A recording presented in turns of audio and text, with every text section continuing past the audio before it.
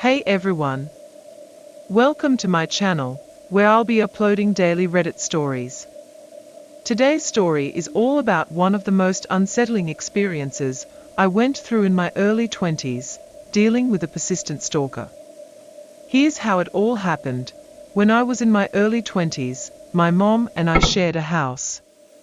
On our very first night there, someone broke into our car. My mom happened to step outside at the right moment, saw the intruder, and set off the car's panic alarm. The person ran away, leaving behind a bizarre scene. My backpack was dumped out on the floorboard, but all the cash inside a bank envelope was untouched. The police thought it was odd they left the money and asked if I had any idea what the intruder was looking for, but I truly had no clue. They managed to get a partial palm print, but there were no matches in the system. Before long, my mom and I began hearing noises at night. Sometimes it sounded like someone was walking around outside our windows. Another time, we discovered all the light bulbs from our exterior lights had been removed. We also found a phone cord tucked beneath our deck, connected to the phone box on the outside of the house. The phone company confirmed that someone had been using it to listen in on our phone calls. They removed the cord and locked up the box. We also noticed items vanishing. My mom realized a pair of earrings and a stuffed animal from her dresser were missing, even though there was no sign of forced entry. Meanwhile, at random times, we heard this strange thump and squeak noise. We couldn't figure out what was causing it. Things escalated when my mom found a voice-activated recorder wrapped in plastic, hidden in the bushes outside our house. The device was tapped directly into our phone line.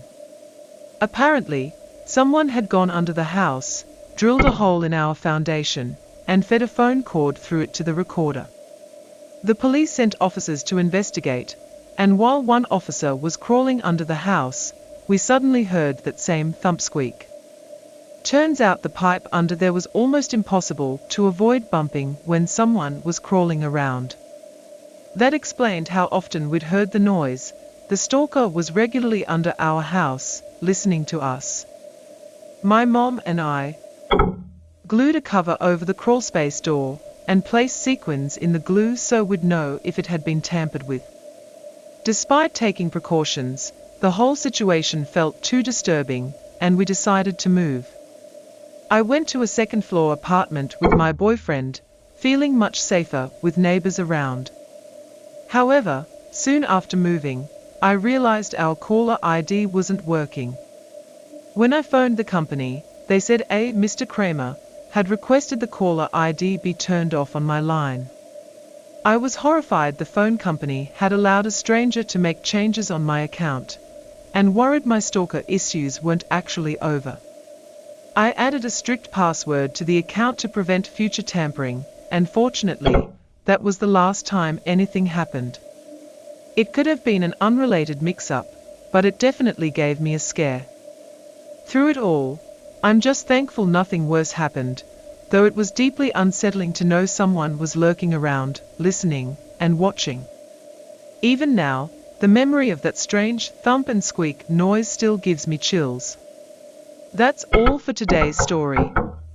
If you enjoyed this, be sure to like, subscribe, and stay tuned for more daily Reddit stories. Stay safe, everyone.